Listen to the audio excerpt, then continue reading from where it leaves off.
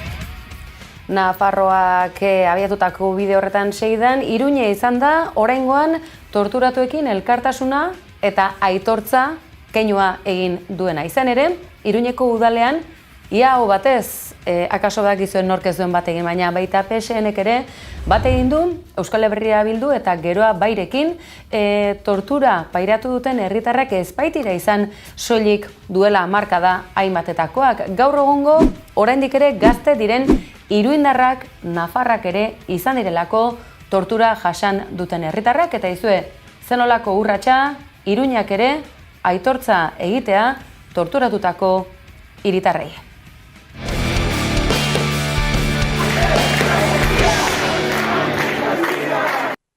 Eta bide horretan, goazen Iruñetik, Ipar Euskal Herrira, hainbat izan ziren, hauteskunden ondorenean eskuin muturra edota eskuina, atejoka, guztiaren jabe egiteko arriskuaz jabetuta, akaso askok bozka emateko ohitura ez zutenak ere, tira, ez dakit oraingoan, aitzakia gutxiago ere izango ote duen bat, baina gehiagok badakizue, Ezkerreko frontea osatu dutela, hainbat alderdik eta mugimenduk, eta tartean dira baita Euskal Herriko abertzaleak ere. Lehenengo ekitaldiak, akaso eskuin muturrak hain gogoko dituen B mailako auzogune handietan egin dute, Baiona aldera goaz, izan ere, deigarri izan da bertan egindako agerraldia, eta Ezkerreko fronteak besteak beste eskuin muturrak gelditu bai.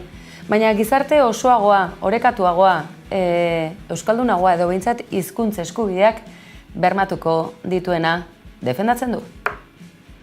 Sortzen da alternatiba bat, lurraldeari lotua eta baita ere Parisen aukera bat baduena. Eraikitzeko beste gizarte bat eta esperantza hortan da.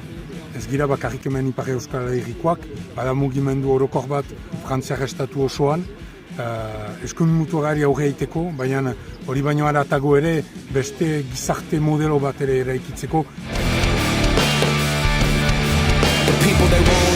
What is threatening about divesting and want a piece? The problem isn't the protest, it's what they're protesting. It goes against what our country is funding. Block the barricade until Palestine is free.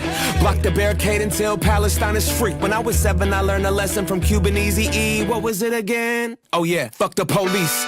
Actors and badges protecting property in a system that was designed by white supremacy. But the people are in the streets. You can pay off Meta, you can't pay off me. Eta badakizu analisiaren tartean, geure analista garrantzitsuenen artean lehenengo postuan, tira, konpartitua izan da ere. Aneira Zabal, udara gertu dugu, baina gauzak ez dira bereziki aldatu eta beste behin ere deigarri zaigu Alemanian. Azenolako jazarpena Palestinarekin elkartasuna adierazteagatik bereziki deigarria zaigu, jarrera bereziki oldarkorra duelako beste bain ere poliziak, eta hau Alemanian gertatzea azaldu diguzu hainbatetan, baina berriz ere galdetuko dizugu ze zaila zaigu ulertzen. Bai, kontua da poliki eta berandu, baina Alemaniako ikasleak ere mobilizatzen hasiak direla.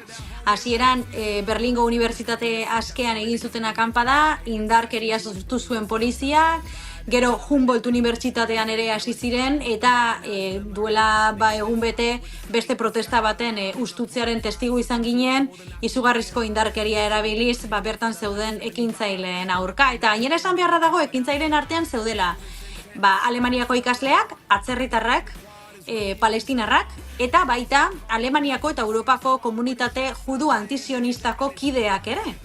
Eta beste behin, Alemaniako segurtasun indarrek erabili zuten aitzakia izan zen, akanpada antisemita zela.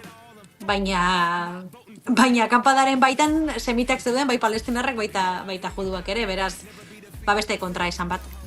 Gaizki pentsatzen jarrita, akaso antzerako interesen bat egon daiteke Noam Chomskyren eriotza, hain azkar zabaltzaren atzean, ala honezkero erabat lelotuta gaudela, eta irakurri dugu bat baina gehiago sare sozialetan, kasu honetan Gorka berezi hartuaren hori ekarriko dugu gora, nolabait erosi egin diogulako introrako Resurrection Fest, baina Noam Chomsky Resurrection Fest. Entzun dezagun, akaso bere azkenak ez dira, baina palestinari buruz ari garela, goazen berreskuratzera, Chomsky jaunak ze nolako adierazpenak ondo argudiatuta gainera egiten dituen, zergatik palestinarrak alako egoeran eta nahiz eta streaming bidez jarraitu, oraindik ere zergatik gertatzen segitzen duen. Ikus dezagun. Part of the tragedy of the Palestinians is that they have essentially no international support for a good reason. They don't have wealth, they don't have power, so they don't have rights. That's the way the world works, you know. Your rights correspond to your power and your wealth. Same inside the United States. You shouldn't be surprised to see it. If you're a poor black kid in Roxbury, you don't have the rights of a rich person living in the suburbs. Right? Same in the international arena. So the Palestinians, I mean, they make it, you know. Entzun duzu, Chomsky jauna gainera, nola klase ezberdinak daude ezta, eta nazioarteko komunitate garrantzitsuaren babesi gabe edonor ondora badoala, baita estatu batuetan bertan ere, esan nahi dut, zehar lerro sakonak aipatzen ditu. Lehen atarikoan aipatzen genuen bezalaxe, baten batek akaso aukera bat ikusi du, Chomsky hiltzat jotzeko nahiz eta ez den hil. Adinekoa da, aitortuko dugu baina ez da hil. Lerroburuak deigarria direlako, Noam Chomsky ez da hil. Oso deigarria da edabideen bizitzaren erdia, edabideen manipulazioa salatzen pasaden pentsalari batei hau gertatzea, ez?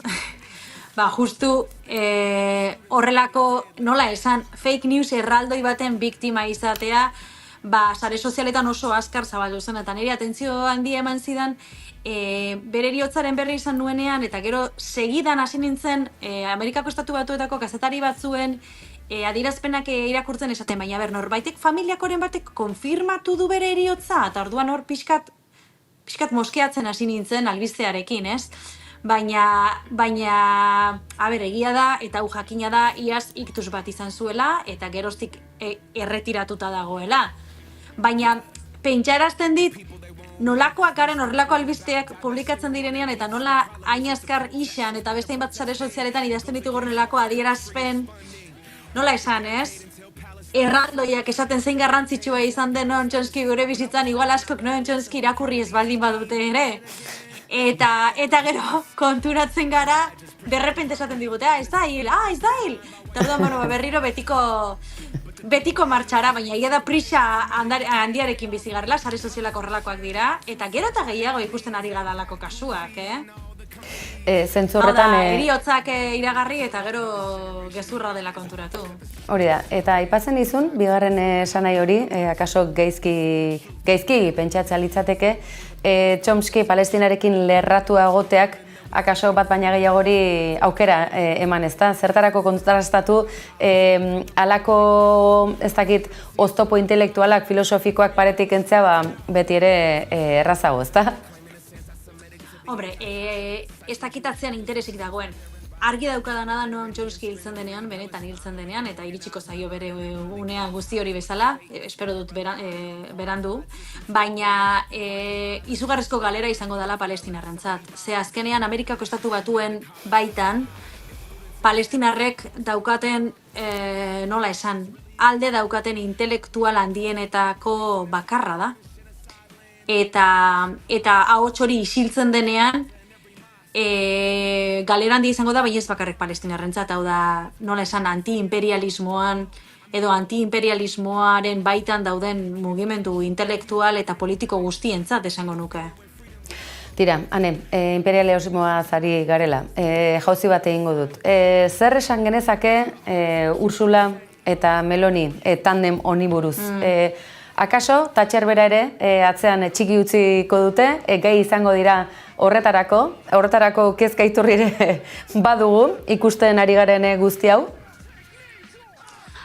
Von der Leyenena hipokresia hutsa da, ze azken hilabeteak pasa ditu Meloniren gana hurbiltzen, Meloniren botuak erosten edo saiatzen, eta orain Europako bozen ostean ikusi du ez duela Meloniren botoen beharrik, ziur aski duela 5 urteko gehiengoa errepikatzeko aukera izango duelako, gehiengo Ursula famatu hori, sozialdemokratekin, alderdi popularrarekin, liberalekin eta orain berdeak aliantza horretara gehituz, ez du Melonirin beharrik izango, baina egia da hor egon direla hitzarmen batzuk eta gauza batzuk promestu dizkiotela, ze atzo adibidez politiko egunkariak publikatu zuen Europako Kontseilura iritsi dela eta Europako Batzordera iritsi dela Italian Meloniren gobernuaren baitan adierazpen askatasunaren aurka egin diren erasoen dokumentu bat, eta Ursula von der Leyenek kajoian sartu duela dokumentu hori behintzat berriz ere hautatua izan arte.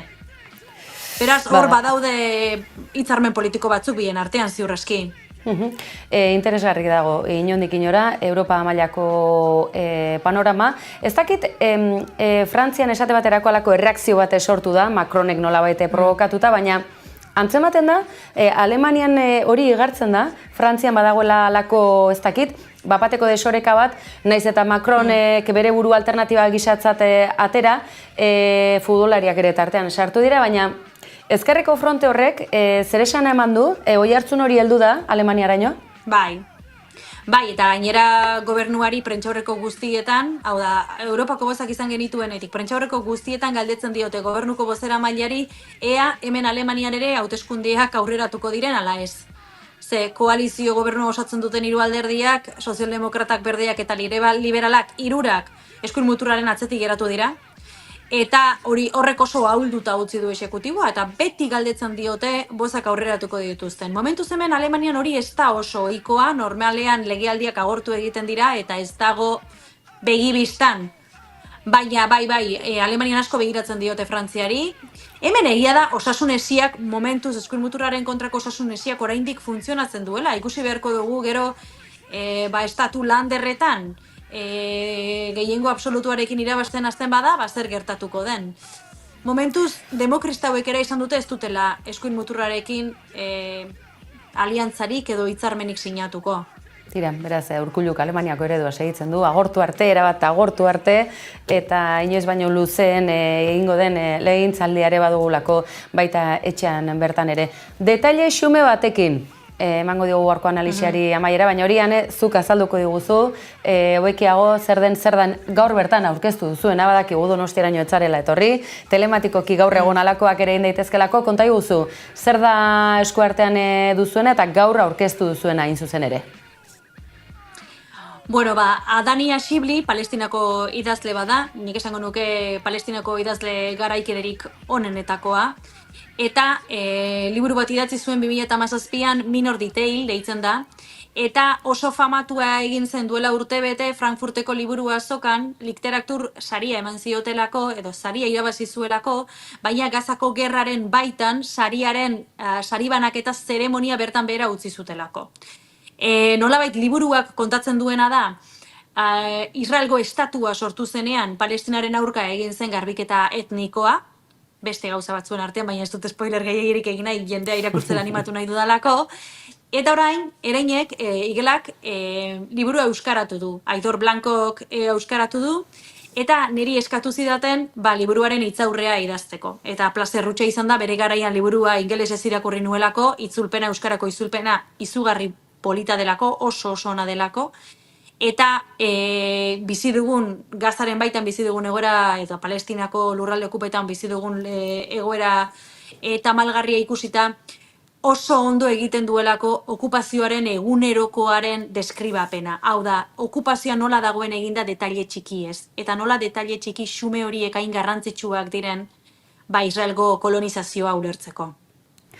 Aneira Zabal, detaile xume bezain garrantzitsu eta sakon honekin agurtuko zaitugu gaurkoan, gonbitea beraz ikusentzule hori ere gaurko eskaintza honi heltzeko eta badakizue.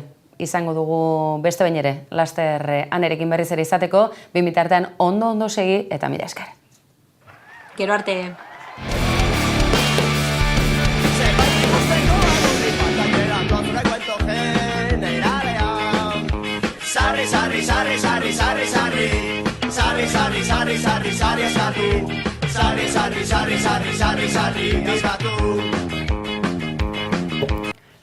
Kontzertuak bakarrik ez, badakizue Elizak, armadak, gauzak okupatu eta inmatrikulatzeko joerare badutela eta esango duzu, zer demontretaz ari zarete Donostiako Loiolako kuartelamendu erraldoi horri buruz ari gatzaizkizue, badakizue, badelalako festa bat, kosta legea aplikatuta, ezin eraikita dagoenaren zati handi bat bertan erroldatzen ari diren militarrentzako garajeak ere bai, haure datu garrantzitsua da, Donostian edozein hiritarrek ez du garaje bat, ezta? Tira, bertan lanera etorretako militar hauek, etxe bizitza, garajea, jabetza bat, Gipuzkoako lurretan, ez edozein lurretan gainera, pentsa ezazue zenolako paradisua den, Loiolako padura hori, Urumeako ur gardenak ondotik, tira, ez naiz luzatuko, baina festa hau benetan garrantzitsua da, eta kaso alkateak espero ez zuen egoera batean aurkituta ikusteke zer gertatuko den datozen garaietan.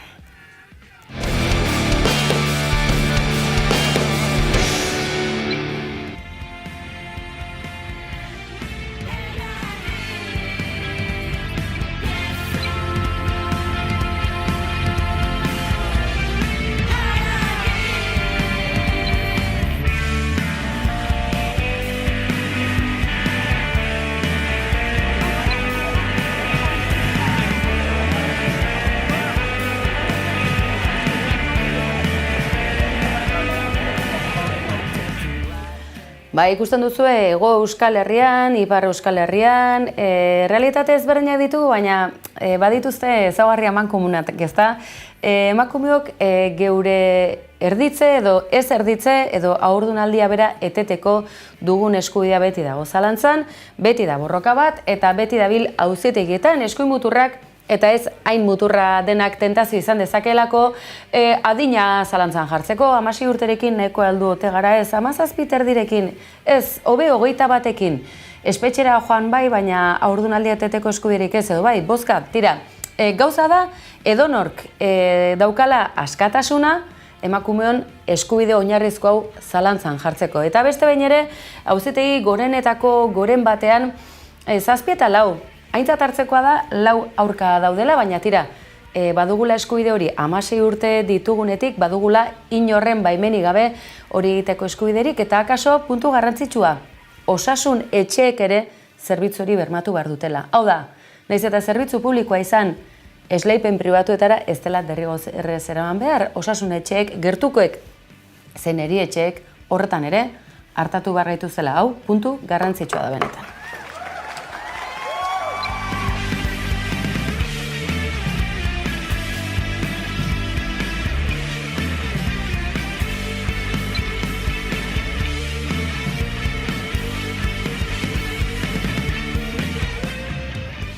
Eta ardatz berberaren baitan dijoa, erabakitzeko eskubidea, parte hartzeko eskubidea, tira.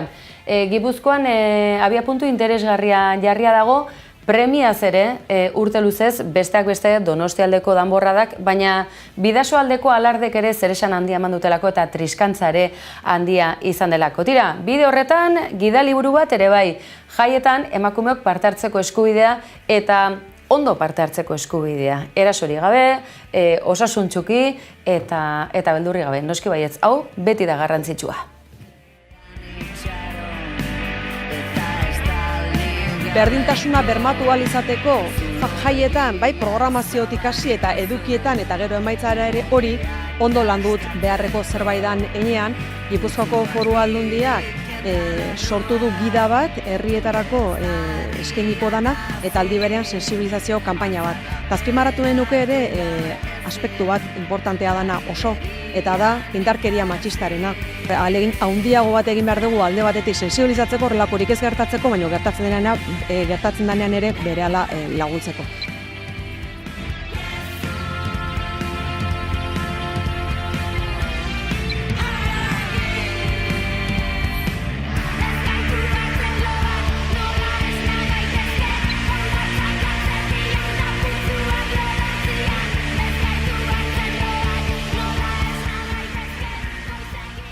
Horri buruz galdetu genioan hain zuzen ere, hementxe bertan Platonetan Gipuzkoako lehendakariari, Gipuzkoako presidenteari, Gipuzkoako diputatu nagusi Eider Mendozari alardearekin zer? Egongo zara Irunen? Egongo zara Hondarribian? Egia da gaia oso korapilotsua dela, oso konplexua da. Erraza izan baliz konponduta egongo litzateke, baina tamalez ez da horrela izan, eta arimatazak benetan korapilo asko dauzke. Iruni dagokionez, bai ekainean bertan egongo naiz, eta gero Hondarribiko alardeari dagokionez, badakizu Gipuzkoako Foru Aldundiari eskatu ziola Hondarribiko udalak alderdi politiko guztiek bitartekaritza lan bat egitea eskatu zioten, eta horretan ari da buru belarri, ez da Gipuzkoako Foru Aldundia bera bitartekaritza egiten duena, baizik eta bitartekari profesional bat dago horrelako gatazketan aritua eta aditua, eta haren bidez eta haren eskutik ari da. Entzun diozuen, bitartekaririk ere ez dela falta, ea, aurtengo uda atarikoak eta ondorenak, badakizue Irunen ekainean, eta bukaeraldean Hondarribian emakumeok duintasunez parte hartzeko aukera dugun. Eta emakumeoz ari garela, emakumeen aurkikuntza, Euskal Emakume Jainkosari eskainitako, larunbeko ikurrau, entzun diogu Arantzadikoei, eizu iruditzen, Arantzadikoek merezi dutela ez dakit ministerio oso bat eurentzako, hain baliabide neurtuekin zenbat aurkikuntza, Euskal zibilizazioari zentzua emateko, oinarri akademiko, zientifikoa emateko, eta etorkizunari begira ere, aizue, pixka bat arrotasun puntu hori izateko. Aitortuko dizugu, badakigula, Jon Maia honezkero bertatik pasa dela, ikusiko dugu, datozan egunotan selfire matatera duen, baina, aizue, garrantzitsuena, Arantzadik esan duten bezala realizatzailea barrez hasi zedalako, hasi naiz nire barrez, garrantzitsuena guzti honek irakurketa bat egiten lagunduko digu eta aukera izango dugu beraz. Argi, ea zorionekurekin bezalaxe ez den larunbekoarekin gertatzen, eta baten batek garaiz erregistratzen duen baita marka hau ere.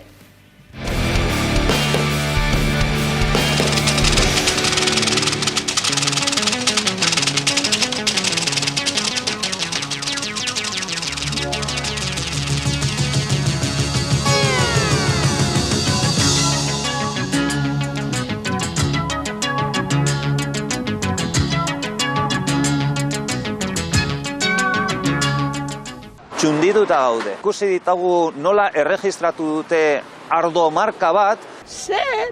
Registratu dituzte jateko gauzak.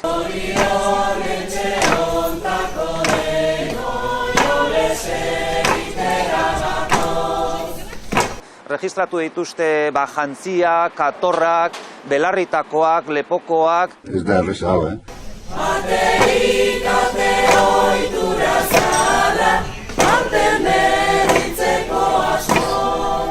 Etekin ekonomikoien zati bat, behintzat, bueltatzea. Eta kitxo!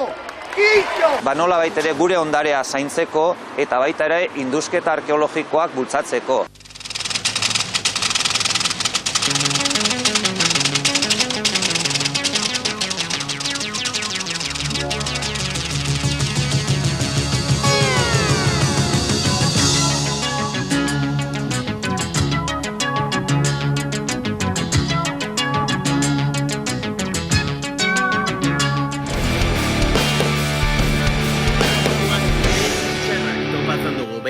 katedral bat honek 7,1 milioi entzunaldi ditu.